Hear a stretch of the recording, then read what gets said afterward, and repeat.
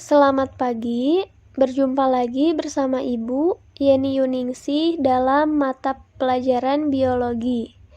Untuk pembelajaran hari ini kita akan mempelajari terkait pencernaan pada hewan ruminansia. Sebelumnya di sini apakah ada yang sudah tahu apa itu hewan ruminansia? Oke, berarti belum pada tahu ya. Ibu akan membahas terkait hewan ruminansia terlebih dahulu. Oke, sekarang kita akan membahas apa itu hewan ruminansia. Baik, Ibu akan jelaskan ya. Jadi, secara etimologi, kata ruminansia ini berasal dari bahasa Latin yakni ruminae yang artinya mengunyah kembali. Nah, hewan ruminansia merupakan hewan pemamah biak, yang mana merupakan hewan pemakan tumbuhan atau herbivora dengan sistem pencernaan dalam dua langkah. Contoh dari hewan ruminansia ini sebagian besar adalah hewan ternak seperti sapi, domba, kambing, kerbau, dan kijang. Nah, hewan ruminansia ini memiliki dua fase mengunyah, jadi terlihat lebih lama dalam proses pencernaannya. Namun memiliki keuntungan karena pencernaannya ini menjadi lebih efisien ketika menyerap nutrisi yang terkandung di dalam makanan yang hewan tersebut makan. Adapun tujuan pembelajaran yang akan kita pelajari, yang pertama, mengidentifikasi ciri hewan ruminansia, yang kedua, mengidentifikasi lambung ruminansia, dan yang ketiga, mengidentifikasi proses pencernaan pada ruminansia. Oke, sekarang kita akan membahas pencernaan ruminansia. Perbedaan yang mendasar antara sistem pencernaan hewan ruminansia dengan hewan lain ialah kelompok hewan ini memiliki struktur gigi yakni pada geraham belakang berukuran besar dan berfungsi untuk mengunyah rerumputan yang sulit dicerna. Lambung ganda yang dimaksud adalah bukan berjumlah 2 tetapi 4 bagian, yakni ada rumen atau perut besar, kemudian ada retikulum atau disebut perut jala, ada omasum atau perut kitab, dan abomasum atau perut masam. Tidak hanya itu saja, di dalam perut hewan ruminansia ini terdapat bakteri selulotik yang menghasilkan vitamin, asam amino, dan gas metan yang mana digunakan dalam pembuatan biogas. Sekarang kita masuk ke lambung ruminansia. Yang pertama itu ada rumen. Rumen ini disebut sebagai kantong besar yang memiliki kapasitas sekitar 80% di dalam ruminansia. Di dalam rumen ini banyak bakteri yang berfungsi untuk membantu proses pencernaan makanan seperti bakteri pencerna selulosa.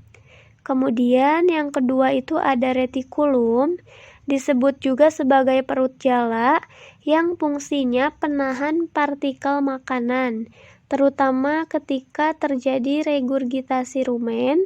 Rumen ini berupa babat tebal yang kita ketahui.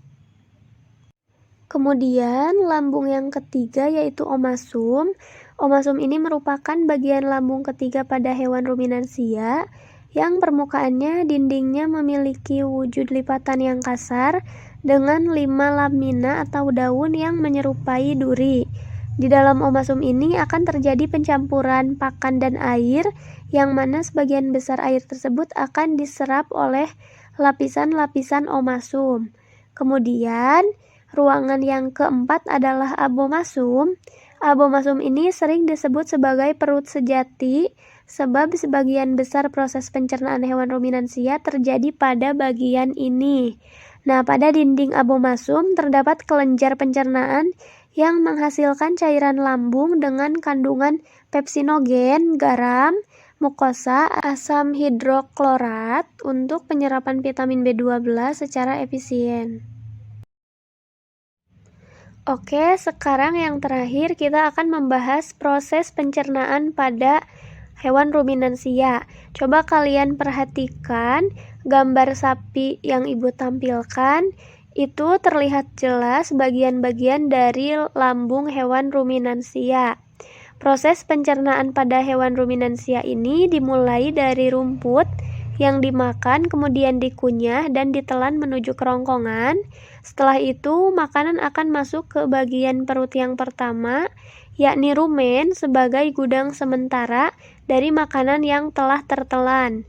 Nah, di rumen nantinya akan terjadi pencernaan protein, lalu diteruskan ke bagian perut kedua, yakni retikulum. Di retikulum ini makanan akan dibentuk menjadi gumpalan-gumpalan kasar yang disebut dengan bolus.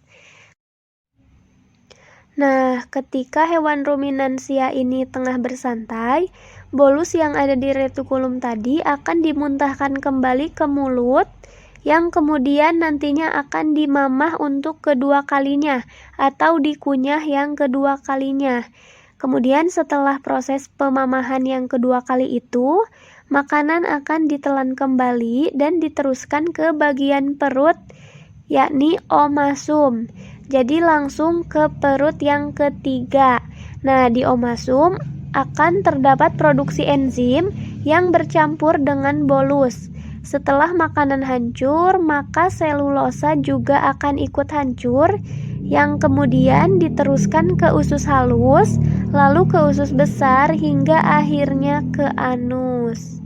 Semoga penjelasan yang Ibu tadi sampaikan bisa kalian pahami.